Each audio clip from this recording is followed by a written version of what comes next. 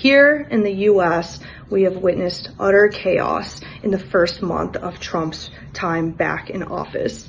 He is coming in way more coordinated than he did in 2016, ready to push through his right-wing agenda from day one.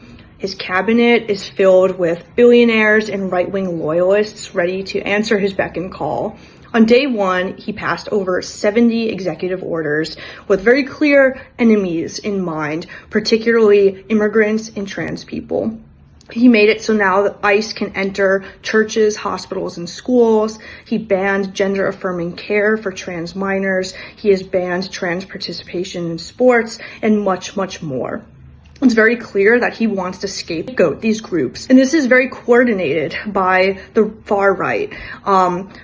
The Trump administration is aiming to reassert the nuclear family, traditional gender roles, to prepare the working class for war as he looks towards his ambitions in the inter-imperialist conflict with China. Now, this is not something that is just happening in the US. Trump administration is emboldening the global far right. In fact, 2 foreign leaders attended his inauguration. This is the first time that this has happened at a presidential inauguration. Giorgia Meloni of Italy and Javier Milei of Argentina, who are clearly following in Trump's footsteps. Milei followed Trump in passing a gender-affirming care ban for trans minors, and Giorgia Meloni is looking to up her deportation plan, determined to deport migrants to camps in Albania. Now, this is part of a broader anti-woke feminist backlash that we're seeing around the world. In the absence of mass struggle that we saw in the late 2010s and 2020s, reaction in the right wing has grown and gotten stronger. In the US, we're seeing the magnification of corporations. So we have CEOs that are psyched about Trump's deregulations, and they're also psyched about Trump slashing DEI initiatives, with CEOs saying that they can now say whatever sexist, racist comments they want without fear of getting quote unquote canceled. Trump is using DEI, diversity, equity, and inclusion initiatives as a dog whistle for anything at all related to trans people, minorities, queer people, women, also anything related to climate, radicalism, or what he calls gender extremism. Trans people are currently under serious threats internationally. We have never been safe under the capitalist system. However, the right wing is currently seeking out a scapegoat to answer for society's problems because they have no real answers of their own to provide working people when it comes to the deep crisis of capitalism. And one thing that they have turned to in country after country is the threat of so-called gender ideology, or of transgender people and of the LGBT movement more generally. The fact is, the right wing has their own gender ideology. They are seeking to reinforce a reactionary and traditional gender binary that wants to undermine LGBT identities and underpin women's oppression internationally. The outcome of this has been serious legal attacks against the rights of trans people, including Trump's executive orders in the US, which seek to restrict trans people's access to public life and to public facilities, as well as to healthcare and around other issues. In Argentina and England, we have also seen attacks against transgender youth's access to gender-affirming care. These are serious attacks against trans people, but they have broader implications as well for women's oppression and for the working class movement more generally. Far-right and right-wing populist politics are on the rise globally. 2024 was a year of general elections taking place in many countries across the world. The UK, Italy, India, the US, as well as many more. What emerged from these elections was a trend where establishment and liberal sort of centre parties faced a real backlash from the right wing. Culture wars were used as like a method by the right wing as part of this backlash, by tapping into the anger that rightfully exists in society towards the establishment and the status quo. The right wing diverted this anger away from the ruling classes and the capitalist system and towards marginalised sections of the working class, trans people and immigrant and refugee communities being a particular target, but also targeted were the gains that women have made attempted to roll back the clock on this by suggesting that movements against femicide and against sexual harassment have gone too far and trying to implement rigid gender roles. At the same time as this backlash, globally there's been a drive towards war and militarisation, as we've seen in Gaza and the Middle East, Ukraine and the Congo, but as well as many other regions across the world. Where war breaks out, the safety net that exists for women and for vulnerable people is disappeared, and oppression is magnified. The genocidal war in Gaza was a disaster for women and children, as hospitals were levelled, and in the Congo, sexual violence has been used as a weapon of war. Governments across the globe now are increasing military spends and military budgets, confirming what working class people know, which is in times of crisis, there is always money for war and arms, but not for our public services and for health and for social care, the services that many women rely on. And they will no doubt face extensive cuts in order to afford these military budgets. Not to even mention the destructive impact that the war machine has on the climate. The fight for women's rights, therefore, goes hand in hand with the fight against war and militarisation, against imperialism and nationalism, as well as against capitalism. It's the capitalist system that is causing the global climate crisis by its drive for profits. It leads to expansion, to increased profits and resources for the wealthy elite, which leads to war and militarisation. It relies on rigid gender roles so as to justify not funding health and education and social care systems, and depends on divide and rule to uphold the rotten capitalist system. We are mobilizing for the 8th of March. From the beginning, this day has been an important day of struggle for the entire labor movement. The first International Women's Day was initiated in 1910 by Clara Zetkin, the German pioneer of socialist feminism at the Second International Socialist Women's Conference. Zetkin made it clear that the fight for concrete improvements, such as women's suffrage, must be linked to the entire question of women's liberation and the fight for a socialist society, and that this fight must be international. In 1914, on the eve of the First World War, the Fourth International Women's Day became a mass day of protest against the war, and the socialist women's movement took a leading role in the fight against the war. Today, we see that in the face of imperialist escalation, right-wing, nationalist and reactionary forces are once again massively building up. In the election in Germany, the far-right party AfD received over 20% of the vote. All capitalist parties are moving to the right. The future government will be led by the Conservative Party, which has made racism one of its main election campaign issues.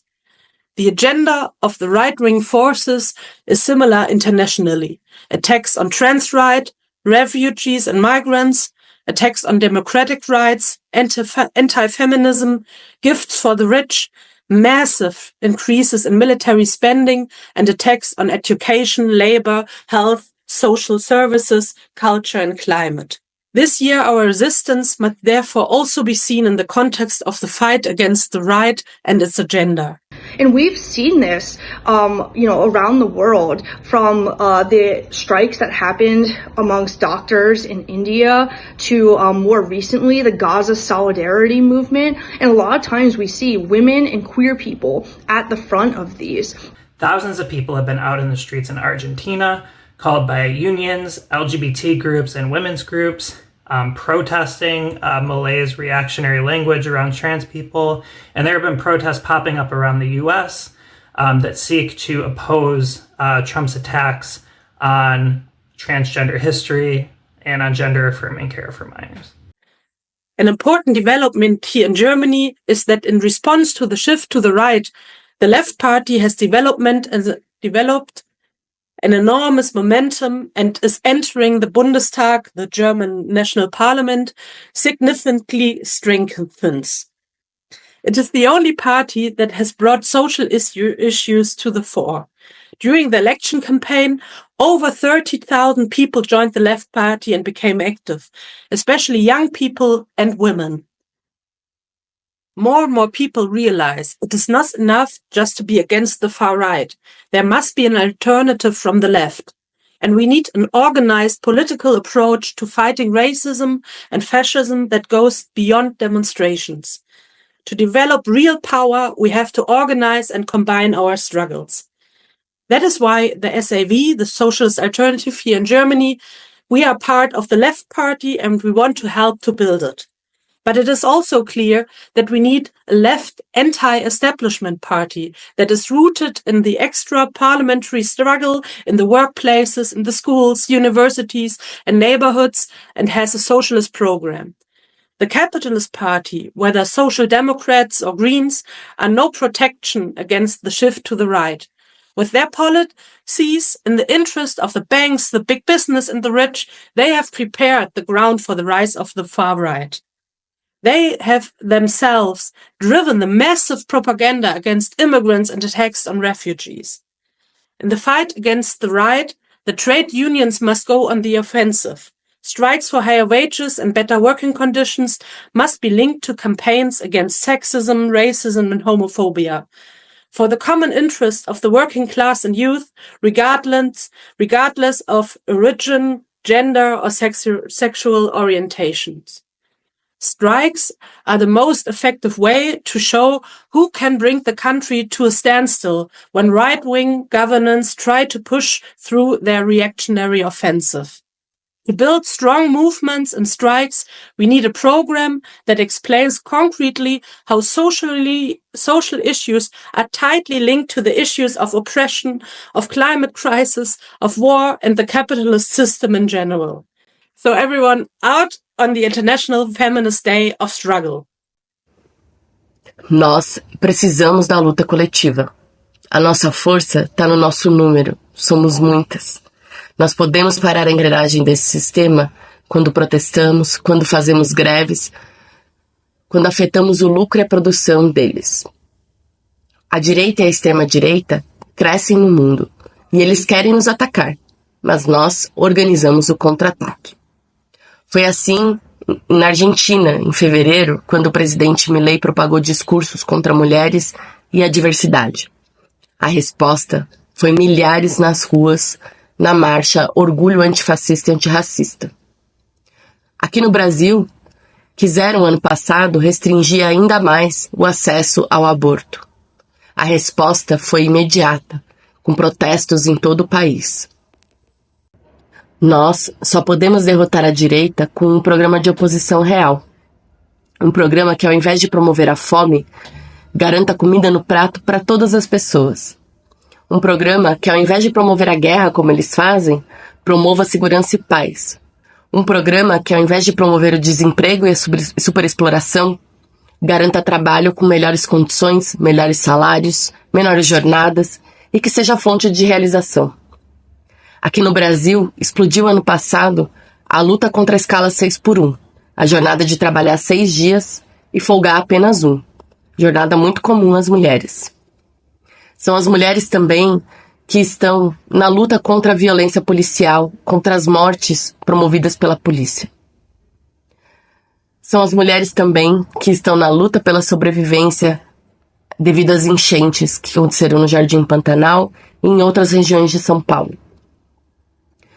São muitas as mulheres e meninas vítimas de violência dentro de suas casas e inúmeras as articulações para combater esse tipo de violência. Essas e outras batalhas que muitas de nós enfrentamos é o que o capitalismo tem para nos oferecer. Exploração, desigualdade, miséria, violência. E não adianta a gente enfrentar cada um desses problemas de forma isolada, um a um, separado. A resposta precisa ser global. É preciso construir uma saída anticapitalista e revolucionária. Construir um novo sistema, baseado no planejamento, gestão e controle da maioria, e não mais por uma minoria que sempre coloca o lucro acima das nossas vidas. Um sistema que não só nos garanta o mínimo, mas nos garanta condições para a gente desenvolver o nosso potencial, para a gente se realizar, para a gente se expressar. A direita e a extrema-direita precisam ser desafiadas com uma voz política da classe trabalhadora, que coloque o feminismo socialista à frente. O mundo está em chamas. Comece hoje mesmo a construir uma alternativa. Junte-se à Alternativa Socialista Internacional.